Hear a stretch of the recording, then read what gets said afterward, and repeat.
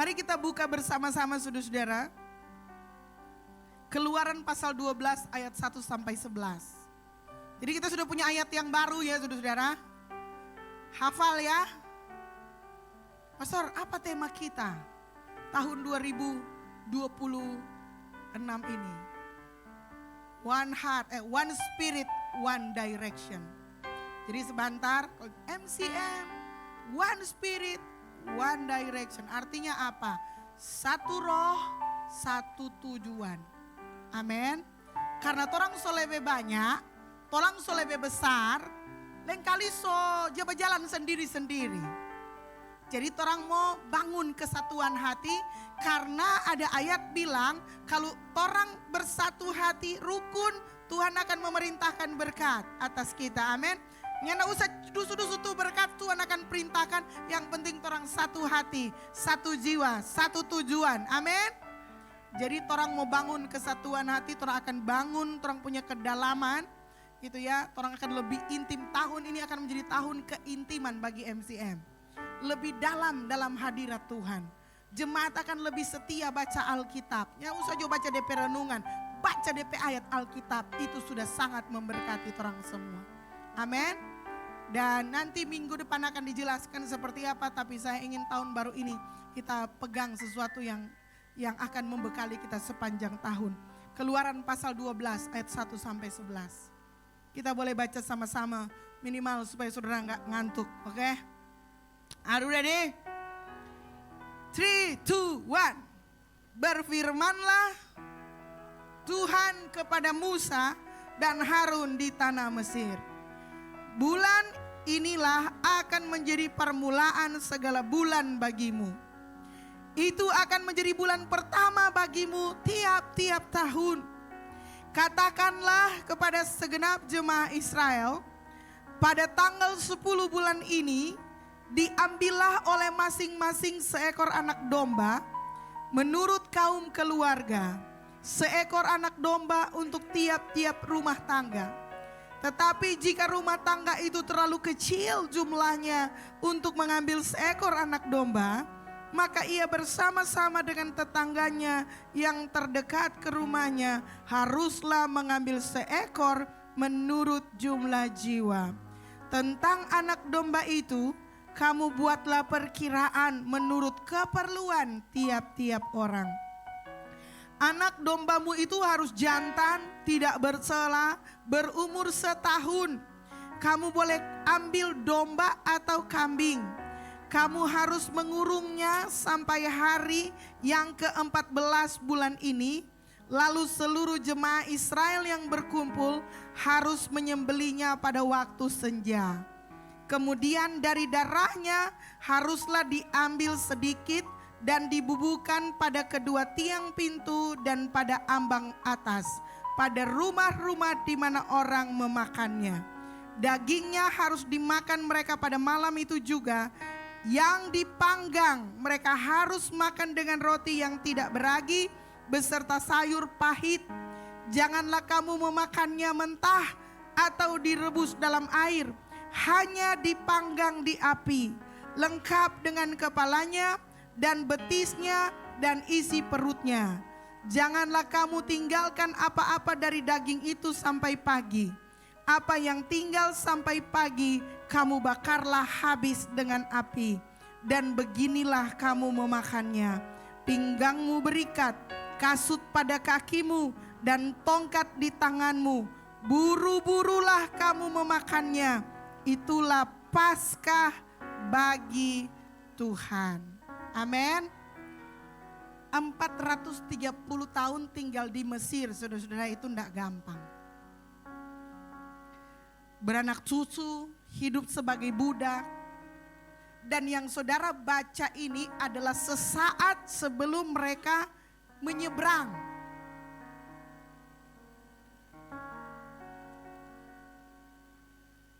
Sebelum Tuhan membebaskan mereka, orang Israel, sebelum Tuhan membelah laut Teberau, dan bahkan sebelum Tuhan memberikan hukum Taurat kepada mereka, Tuhan menyuruh mereka melakukan beberapa hal yang kelihatan sederhana.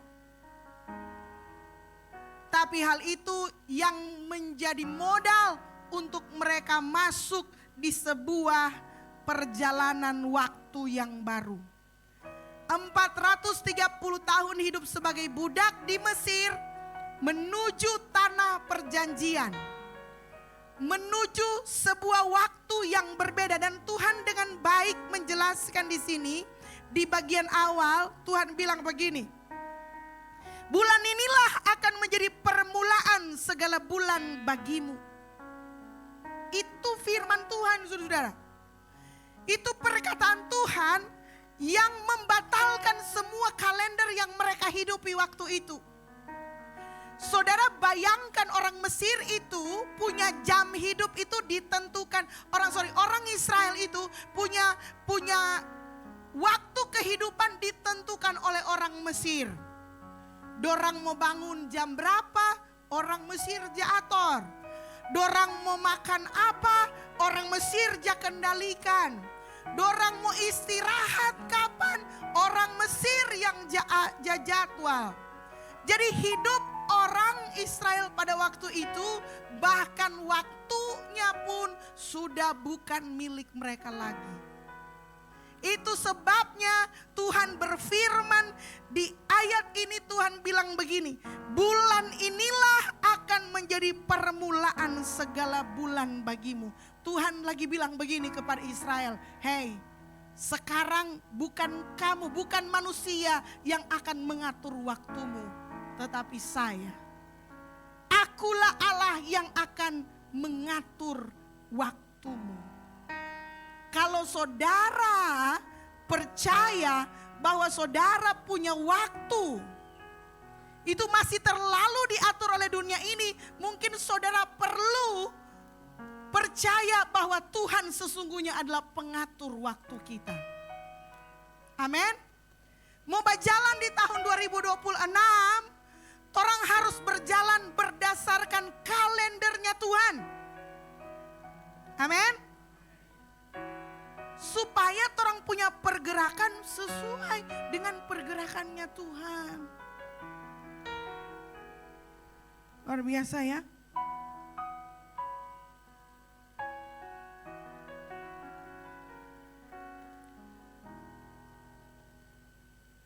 Tahun baru ini bukan soal tanggal 1, tanggal 2, tanggal 3, bukan. Bulan 1, bulan 2, bulan 3. Tapi ini soal siapa yang menentukan perjalanan selanjutnya. Siapa yang menjadi Tuhan atas waktu-waktumu. Katakan amin.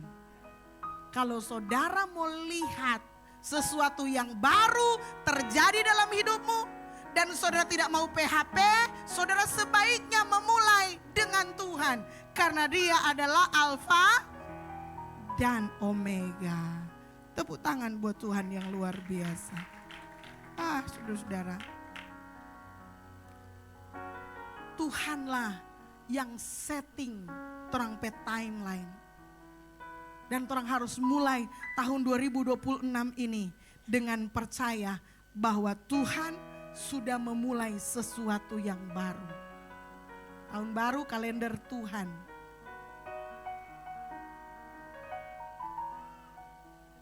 Tahun ini, tahun yang kita pakai itu namanya kalender Masehi. Dari kata Al-Masih. Artinya orang percaya bahwa tahun yang orang hidupi ini adalah tahunnya Tuhan. Yang percaya bilang amin. Karena itu yang harus mengendalikan hidupmu di tahun 2025 ini harus Tuhan. Amin. Bukan trauma masa lalu. Karena banyak juga di antara kita yang bergerak karena trauma. 3 hari atau 2 hari yang lalu kami baru memakamkan seorang anak yang sangat gereja ini kasihi, Myron, saudara-saudara. Dia anak berkemampuan khusus dan dia di hari Natal dia berjuang, orang tuanya gitu ya. Di hari pemakaman saya cuma bilang kepada mama papanya, move on.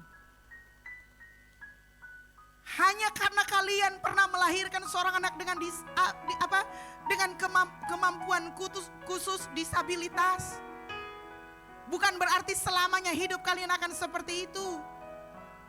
Buktinya anak ini telah membawa sukacita yang berbeda dari anak-anak yang lain. Jadi jangan trauma. Dan jangan mengambil keputusan berdasarkan trauma. Saya paham banyak di antara kita yang hidup dan hidup ini tidak adil sama kita. Kita baik sama orang lain jahatin sama kita. Kita hormati orang lain, bukannya dihargai, kita diinjak-injak. Saya tahu rasa itu. Tapi kita tidak boleh berjalan di tahun 2026 berdasarkan trauma kita. Kita harus berjalan di tahun 2026 sesuai dengan arah yang Tuhan tentukan.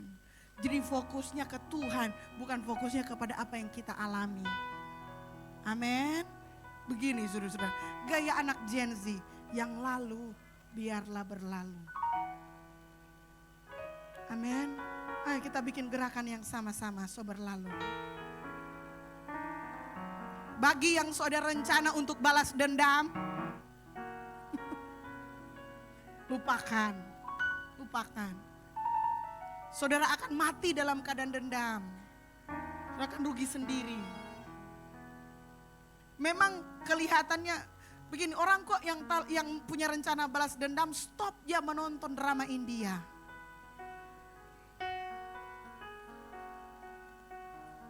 Nanti saudara hidup akan ke India-Indiaan. Oke, kita harus move on, sama-sama bilang move on. Itu drama, tragedi, trauma, stop sama tuh mama itu stop Jo. Orang harus berjalan bersama dengan Tuhan di tahun yang baru. Karena dia yang just setting orang pe timeline. Yang percaya bilang amin. Yang kedua saudara-saudara. Di ayat 3 sampai 7. Mana dia ya?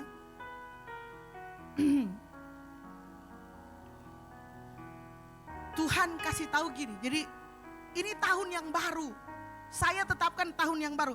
Tapi kamu harus lakukan juga sesuatu yang baru. Begitu.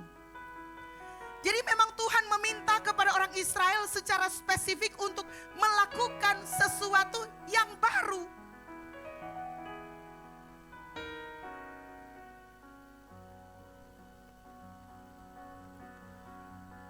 Ya, apa yang Tuhan bilang? Memasak. Tuhan suruh memasak masakan baru. Ayat 3 bilang begini. Nanti masing-masing jemaat Israel, sama-sama bilang Israel. Saudara Israel rohani itu? Iya. Jadi perintah untuk tahun baru itu memasak saudara-saudara.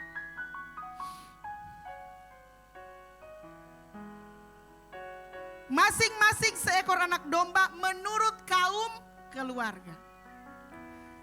Anak satu keluarga, setiap rumah tangga satu anak domba. Itu Tuhan bilang.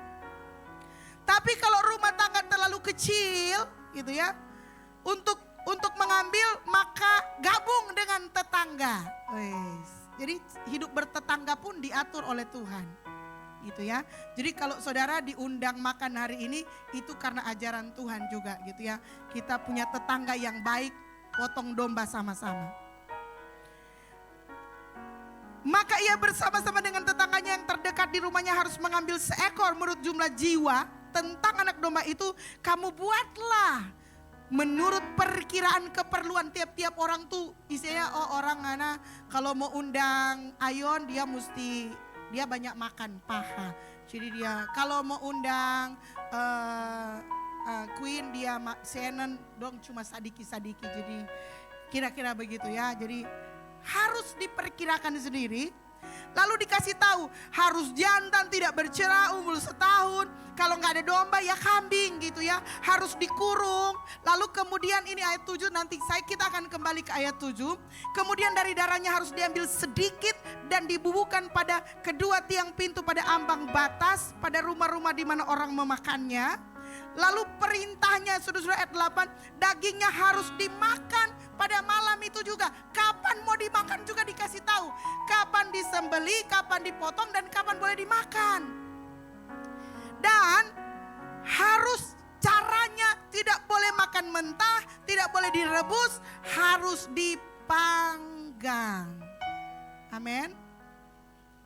Berarti tahun baru harusnya orang di rumah panggang-panggang. Yang belum pesan babi Pak kita masih ada. Masih konteks tahun baru ini. Sorry. Oh ya. Yeah. Janganlah kamu tinggalkan. Dan ini ayat 11. Beginilah kamu makan. Aduh. Cara potong. Cara simpan. Cara masak. Cara makan. Pinggangmu berikat, kasut pada kakimu, tongkat di tanganmu, dan gini, buru-burulah kamu memakannya. Itulah Paskah bagi Tuhan. Ini pesan untuk Metro Church di tahun 2026. Ikuti prosesnya Tuhan. Cuma itu, bilang amin. Jangan cuma suka DP hasil. Orang harus mau taat ikut prosesnya. Mungkin oma-oma akan bilang begini, aduh kita kok cuma suka kalau udah rebus. No kolesterol, nggak bisa. Tuhan bilang panggang.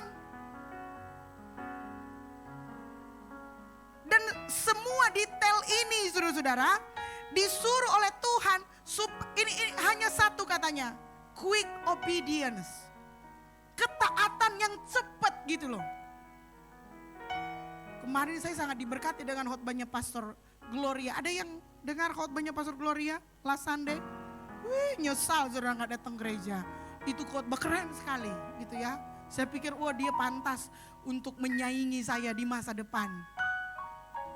Iya, untung gak ada dia. Kita lagi ngomongin dia gitu ya. Jadi itu khotbahnya bagus sekali. Bagaimana kita memposisikan diri untuk, jadi ketaatan itu posisi hati. Amin. Itu posisi hati. Dan ini, jadi Tuhan bilang gini, kamu kalau mau berjalan bersama dengan saya, cuma satu syaratnya, taat. Dengar-dengar, dan ini taat dengan cepat, ya dan segera. Saudara tahu arti definisi dari taat? Ya dan segera. Kalau saudara bilang, ya, Joy tolong lipat baju ini. Joy bilang, oke, Mars sebentar. Itu Joy tidak taat. Faith cuci akang piring, iyo mak sebentar sadikile. Itu tidak taat. Karena arti dari kata adalah ya dan segera. Itu maknanya ini. Kalau saudara mau berjalan di tahun 2026 ini gitu ya, menyeberang dari masa lalu menuju masa depan, you better quick. Amin. Cepat-cepat. Banyak persoalan terjadi dalam hidup kita karena orang terlambat taat. Bukannya tidak taat, tapi orang lambat untuk taat. Orang lebih suka melakukan apa yang orang mau dan orang suka. Nah kalau sama Tuhan, kalau Jesus is the Lord, Yesus adalah Tuhan, tidak ada cara yang lain saudara untuk menyenangkan dia selain daripada taat. Taat kepada apa? Firman Tuhan. Wah saudara-saudara, firman Tuhan kayak begini. Gimana cara potongnya, gimana makannya. Disuruh makan berdiri saudara-saudara. Jadi yang mau kawin dan kemudian mau merencanakan standing party, itu bukan ide baru Gen Z zaman ini. Itu zaman sejak kitab Keluaran ditulis. Hari Paskah itu adalah standing party. Nyandak bilang duduk di meja, pakai cutlery, nyandak. Christmas dinner ndak bagi. Jadi ndak ada Christmas dinner. Ada bunga-bunga di muka. Kelar mau masak, makan, tuh sepatu so pakai. Karena kalau orang mau tinggalkan masa lalu, orang ini boleh terlalu lama memanjakan masa lalu dalam hidup kita. Amin, Jo.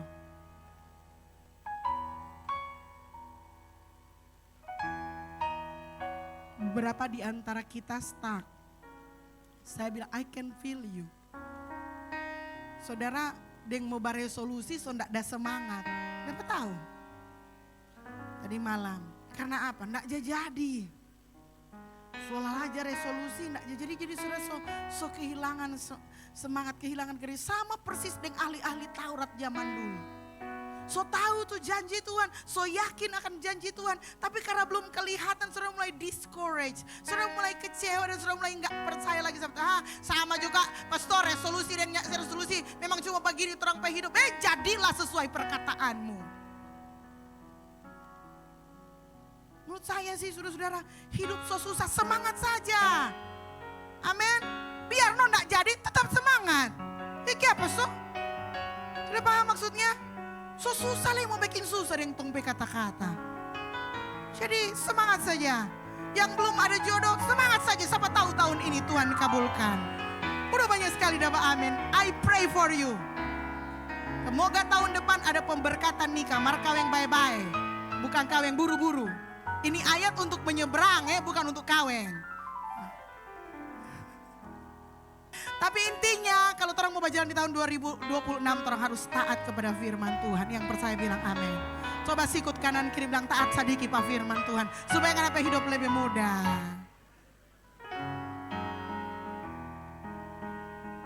Wah luar biasa.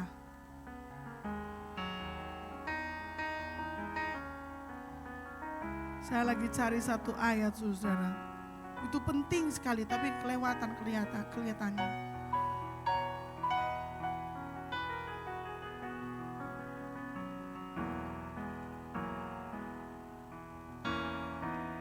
Yang terakhir saudara, jadi cara makan, jadi begini, kenapa dipanggang?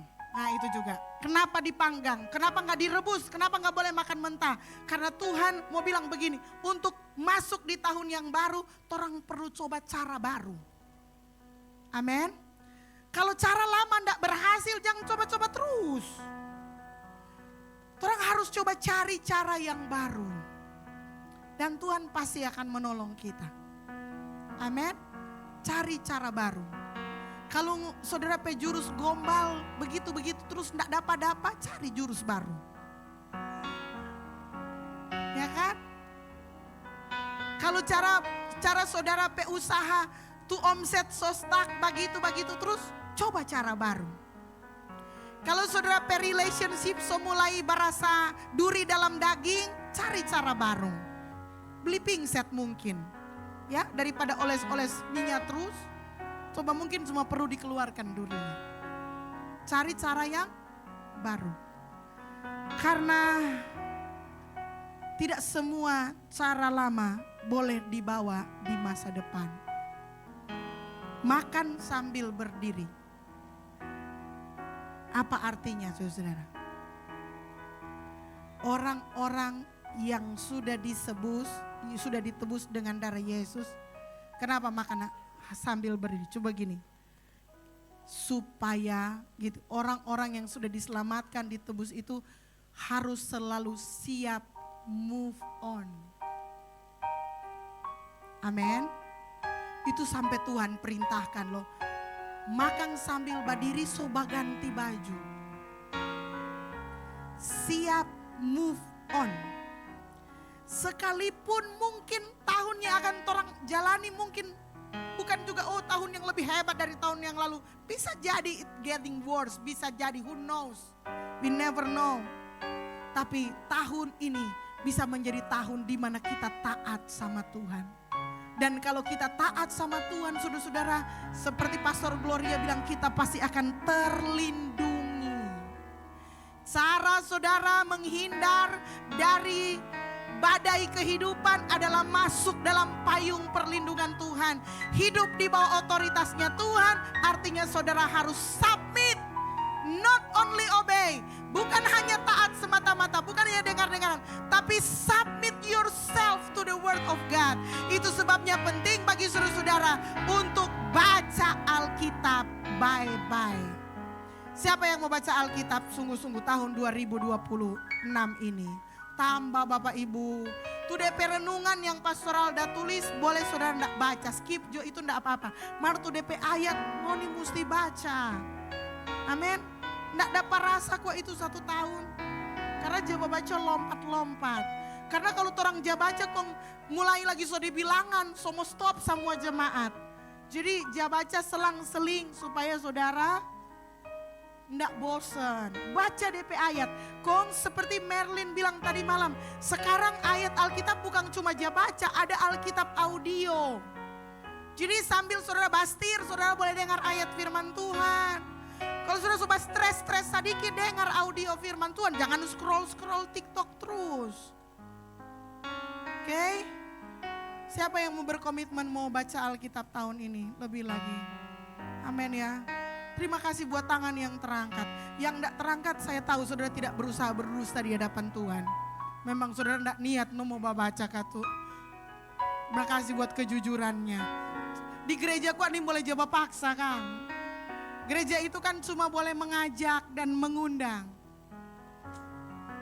Itu yang orang lakukan. So no pressure. Tapi bagi yang terpanggil dan terundang untuk bergabung, membaca firman Tuhan, menjadikan firman Tuhan sebagai gaya hidup, welcome, mari. Kalau saudara memutuskan juga untuk tidak baca Alkitab, saudara nope urusan dengan Tuhan. Yang penting sebagai pendeta taso bilang, taso undang, taso suruh. Kalau saudara nanti bilang, Pastor Melan kenapa dia keril terus, bos taso bilang mardia nih mau mendengar. Jadi kita tidak ada tuntutan darah. Yang penting saudara baca Alkitab. Amin. Saudara boleh marah sama saya, tapi saudara tidak boleh marah pada firman Tuhan. Amin. Saudara boleh kesal kepada Pastor Ramli, Pastor Rofi dan semua pastor yang ada di MCM. Tapi saudara tidak boleh kesal sama Tuhan. Setuju? Saudara baca firman Tuhan. Demi Tuhan, bukan demi kami pastoral. Orang cuma melakukan apa yang orang tahu benar. Selamat tahun baru. Tuhan Yesus memberkati.